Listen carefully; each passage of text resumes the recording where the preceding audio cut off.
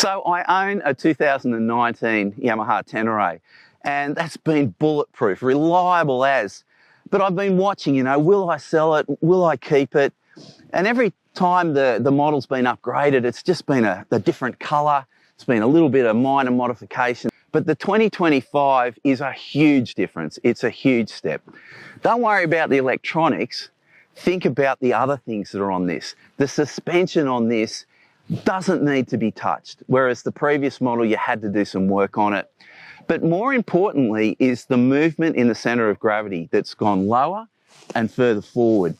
And it changes the dynamic of the bike. It's got more poise and it feels lighter. Yeah, look, the engine, it's still its reliable self, that linear power that's just so reassuring in the dirt. Yeah, this isn't a sticker renewal. This isn't a colour change. This bike has truckloads, absolute truckloads of modifications. This is a detailed review of the 2025 Yamaha Tenere 700, with the added advantage of having my 2019 model available for comparison and insight. You're watching Motorcycle Adventure Dirt Bike TV, and if you like what we do, subscribe. Motorcycle Adventure Dirt Bike TV is proudly supported by Liat, Giant Loop, Bikes Only Transport, Muck-Off, Rally Raid Products, Motul, Pirelli and Acerbis. And remember, keep your filters clean and your throttle on. Yamaha has dropped the 2025 model and they're claiming 19 improvements. 19! That's not just a bold graphic, that's a new bike. So, from the perspective of a long-term owner who knows his bike inside and out, I'm going to cut through the spec sheet fluff and focus on what really matters. I'll break down the big ticket upgrades and rank them by how much they'd matter to someone like me, and maybe to someone like you. Later, we'll take a look at the other stuff, things that might be important to you and are worth knowing about, but they're not high on my list. Finally, and despite all their efforts, Yamaha still has some homework to do, and I'll talk about those lingering issues too. And I'm not riding solo on this one. My international riding buddy Nosh has come along for the ride. He's an experienced adventurer, but hasn't had much time, if any, on a Tenere. So there's a great opportunity to get his fresh take on what this bike offers and what it doesn't. Drum roll. Here's my list. Number 1, suspension. Number 2, centralised mass. Number 3, rally pegs. 4, clutch cover. 5, side stand switch. And 6, exhaust mounting bracket, although I still don't think they've got that quite right. All right, Nugget.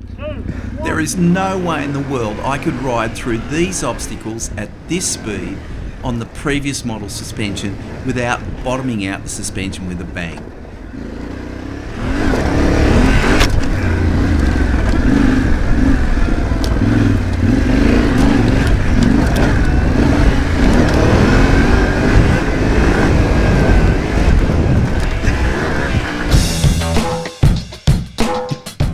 I'd like you to meet Matt Boyd, former Pro MX rider and test rider for Australasian Dirt Bike magazine. Matt is pummeling through an insanely rough clay pan at a speed mere mortals can only dream about. That said, I'm absolutely convinced he couldn't have done that on the standard suspension of the previous model. Come on, Sean, this is it. Suspension proving ground. Right, give it the berries, mate. That's it. Go. Yeah. If there was any track that would test suspension, this is it. On the previous model Tenere 700, tackling this trail at this speed would result in multiple harsh bottom outs of both the front and rear suspension, even with the settings dialed to their hardest. While many adventure riders might not push their bikes this hard, in Australia plenty do, and for them, suspension performance at speed isn't just important, it's critical to the purchase decision. Well, Waddingon Creek Road!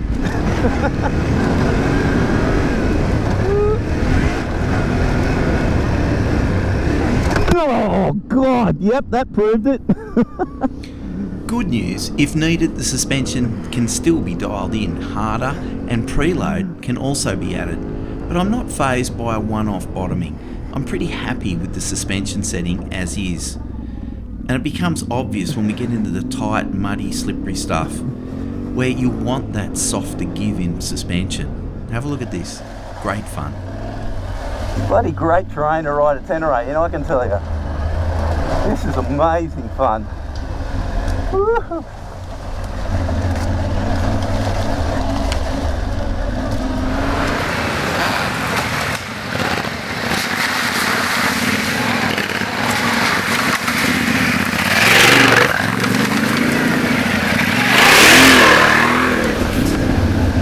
In this tighter stuff, the combination of the improvements in suspension and the lowering and moving forward of the centre of gravity make the bike more playful and responsive.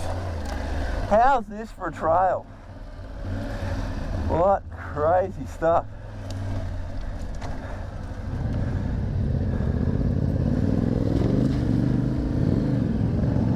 In the rocky stuff, the combination of those improvements make it easier to navigate the unpredictable terrain with less deflection.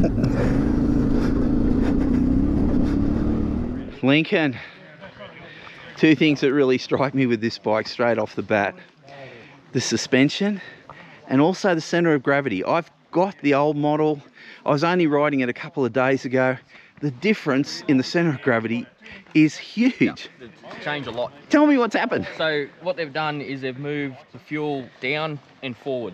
So the old one you could feel a little bit vague if you're sitting down or just cruising in the front. So what they've done is they've moved, all this moves forward. Right. So if you get the old seat and put it on, you can actually fit your hand between the old seat and here. So it's moved forward that far. Right. And they've dropped all the tank and everything as well. Right. So you notice from where the top the fuel cap is on the old model, yeah, it's sitting up here above, above your handlebar. Yeah. On this one you can see here it's actually below the bars. Yeah. So the whole lot, they've been able to drop the whole lot by filling in different gaps everywhere and still keep the fuel level the same. Yeah, I just, it's so noticeable, and I guess that's what I'm going to do. I'm literally going to compare my bike to this one because that's a huge difference. Yeah. The other one is the forks. Tell me about the forks. So they've got new cartridges in the forks, right? Preload adjustment as well. Yes, which I know. Which is really good because they've moved all that stuff forward. Yeah. Put more support in the forks and make up for it. Right. Yeah. Yeah, big difference. And it's fully adjustable. Now, before the clickers didn't do much. Yeah, they make a pretty big change now. I was going to say. Yeah, it's quite a big change. Yeah. And the good thing, they've got the preload adjustment now too. Yes. So you can harden, soften, change some preload. Now, other thing, rear end, I couldn't help but notice there's a different linkage there. Yep. And no doubt I'd suggest the shock's probably changed too. Yes, so new linkage. Yes. And the shock is physically longer as well. Right. So they've actually changed the shock, the spring's longer, the body's longer, the whole lot. Yeah. All different linkage. So the suspension, when I'm on the bike, the front and rear suspension seems really well paired. Yep. Yeah. It's a huge difference. Big improvement. I'm usually reluctant to read a spec sheet, but the standard suspension improvements are significant, and the reason for those become obvious with side-by-side comparisons of specs between the 24 and 25 models. Importantly, suspension travel hasn't changed, still 210mm at the front and 200 at the rear. But here's where it gets interesting. The type of suspension has changed.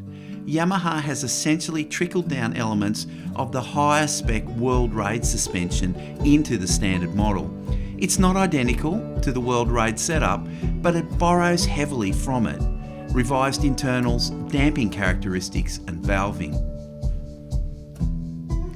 On the trail, this translates to a more composed ride, less deflection through rocky sections and better control under load.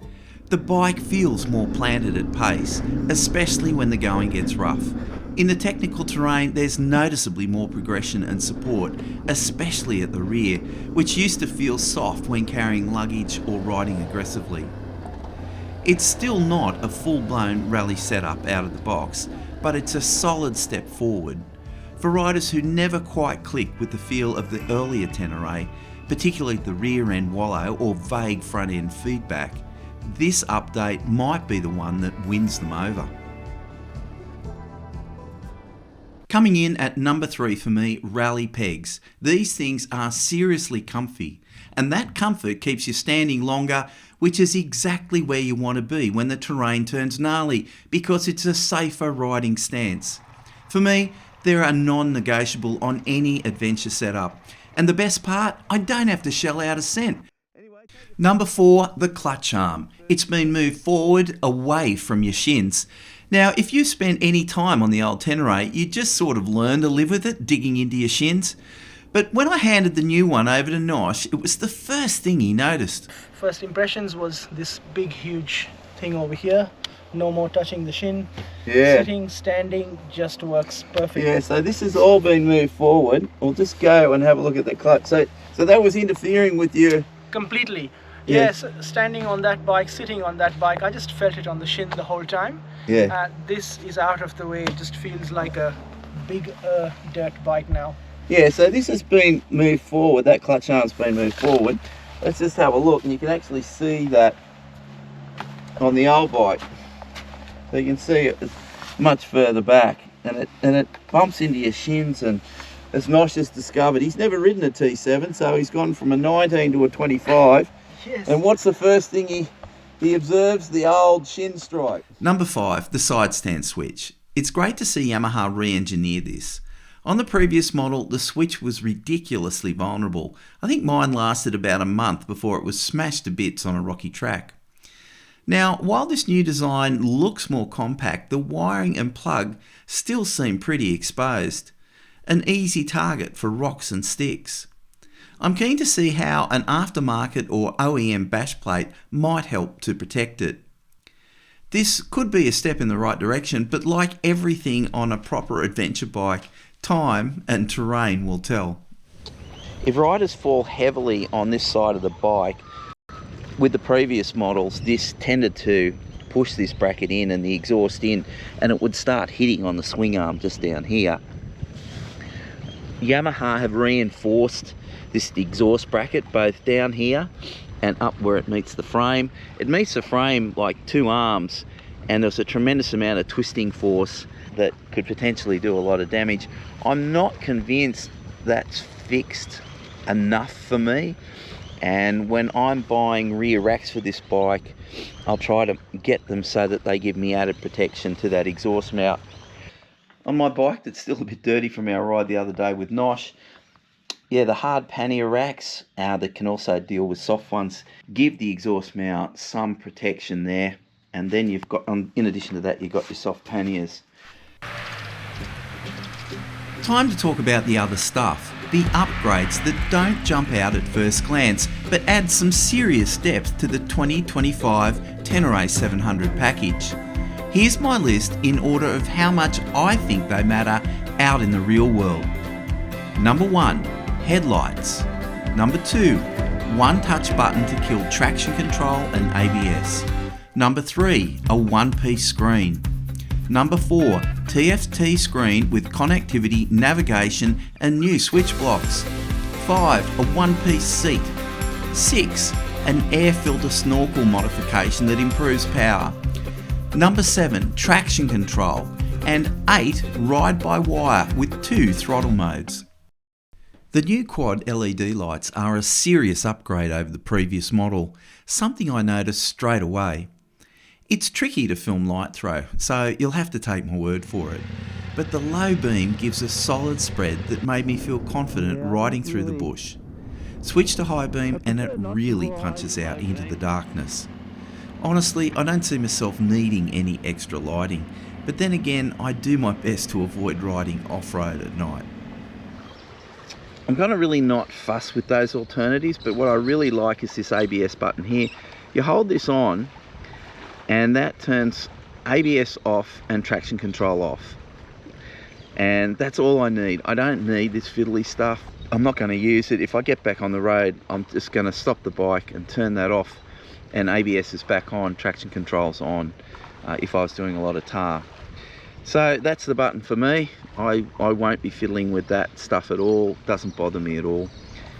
It's still the same shape, but now the screens are one piece instead of 3. Protection is good and my helmet stays steady at all sorts of speeds, which is a win. There's a bit of buffeting around the edges of my shoulders, but nothing that bothers me. Cleaning, well, that's another challenge that's improved with a one-piece. The new TFT screen is super easy to navigate with either the mode or menu button. The language is plain and simple, no fluff, no faffing about. Yamaha's new switch blocks feel way more solid too, none of that fiddly, plasticky stuff. And the toggle, a big thumbs up, it's direct, positive, and a huge step up from the old Wheel of Doom, which, let's be honest, was never anyone's favourite. The two-stage indicator switch is a neat touch. Tap it lightly and it flashes 3 times. Give it a proper push and it stays on until you cancel it. The mode switch gives you access to traction control and power settings.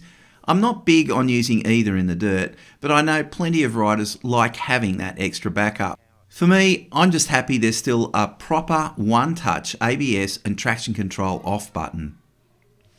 The one-piece design seat is a win for solo riders with a dirt bias. It looks the part and gives the bike a bit more of off-road cred straight out of the box.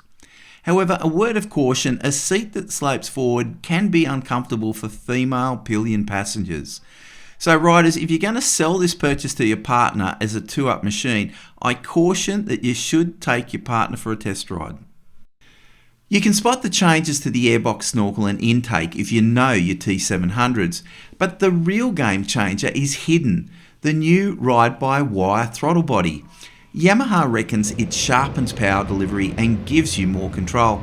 Honestly, swapping between my old bike and this one, I can't feel a dramatic difference. Maybe it's there on paper, but on the trail, not so much. Since I've been riding this bike, I've always been reaching straight for that ABS button, so it provides ABS off, traction control off. But I think it's time I pumped up and rode this bike in the dirt with them all on. So let's get going. Traction control, yep, it reins in wheel spin, and I get that it's handy for riders still finding their feet in the dirt. But for me, it's too heavy-handed and not as sophisticated nor refined as some of the systems out there. But the T700 has always been about keeping the riding raw and mechanical, less tech, more feel. I understand the safety argument, but part of what I love about this engine is how predictable it is, how grounded the bike feels. Slapping traction control on it feels like locking a bear in the cage. It just doesn't need taming. And I've got traction control on and I've got ABS on. Oh, I don't like that. Yeah, I'm just not a ABS and traction control sort of person for Yamahas, I don't think. I'll tell you what it affects you with. It's the landings. Because you haven't got that whoop to lift the bike. Yeah, no, I'm not enjoying that. I want to enjoy Waddingon Creek Road.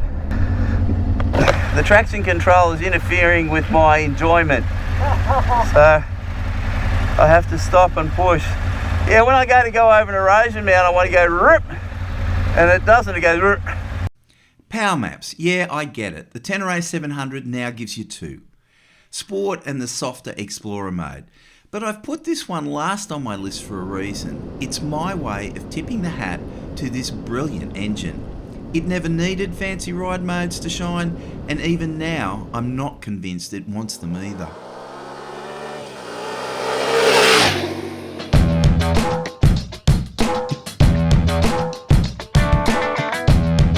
Yamaha has a little homework, well, if they want to please me. 2 issues, the rear brake pedal and the lug on the side stand.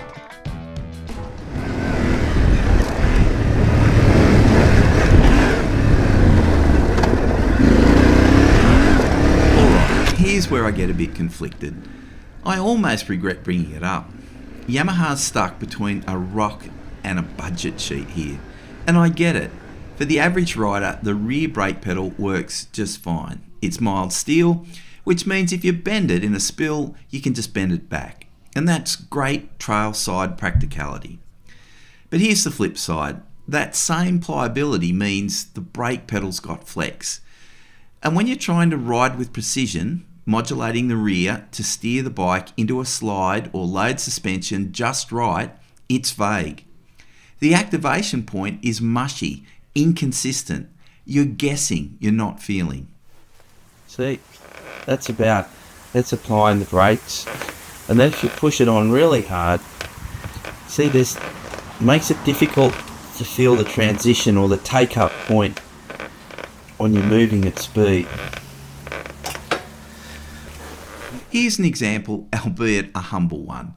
I'm applying the rear brake to slide the rear of the bike out and prepare for a faster exit out of the corner.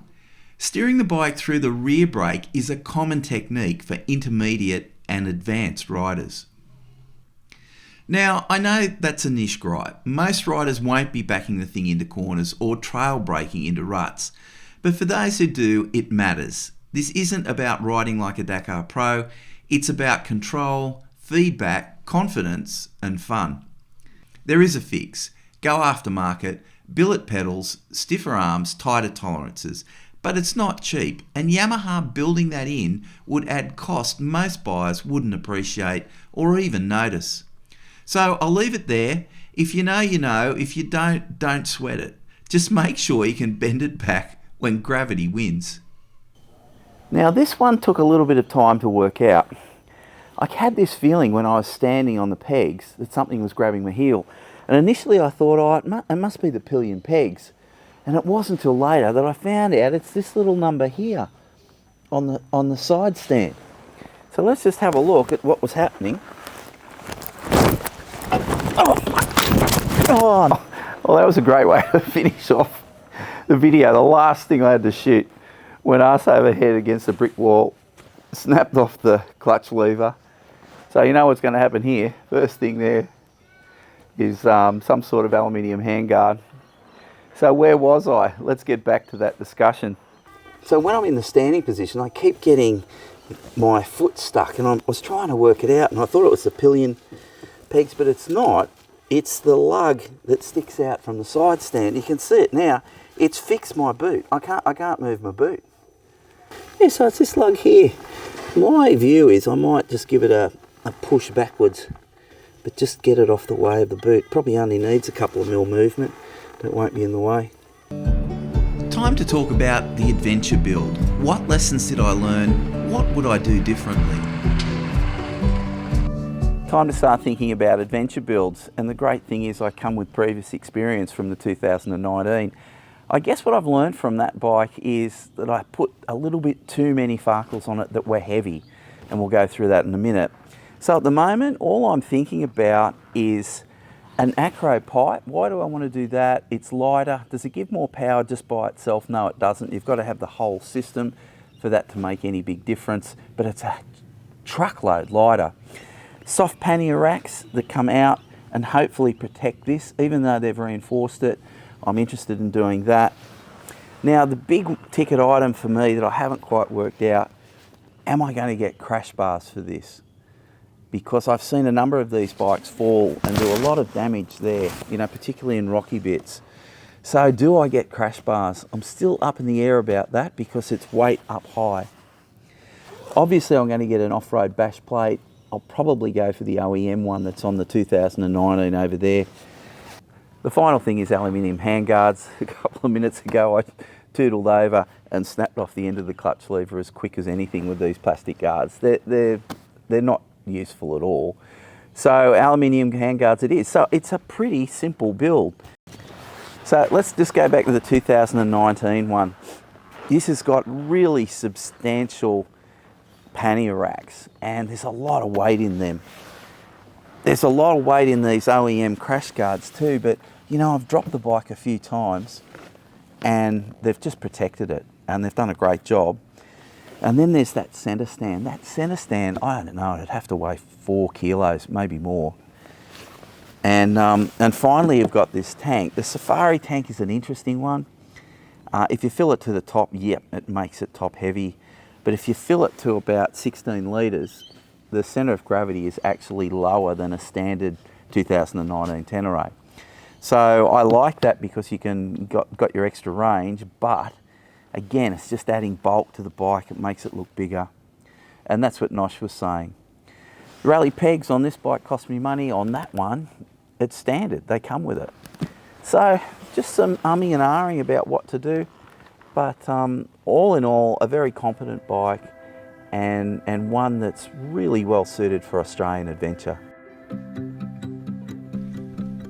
The middleweight adventure class is an arms race right now. CF Moto's 800, the new Himalayan 650, and deep discounts from KTM, Triumph, BMW and Aprilia, all highly capable bikes. It's never been more competitive. So Yamaha had two choices, evolve or fall behind, and to their credit they stepped up. The 2025 Yamaha Tenere 700 is a meaningful upgrade and not just a paint job and a price bump. From TFT to traction control, switchgear to suspension, they've ticked off a serious list. Yes, some changes are more about keeping up than leaping ahead, but Yamaha listened, and that's rare in a segment where Japanese manufacturers tend to play the long game. This time they've moved quickly and in the right direction. The soul of the T7 is still intact. It's still raw, still rideable, still reliable. Only now it's sharper, smarter and better equipped to hold its ground in a field that's not waiting for anyone.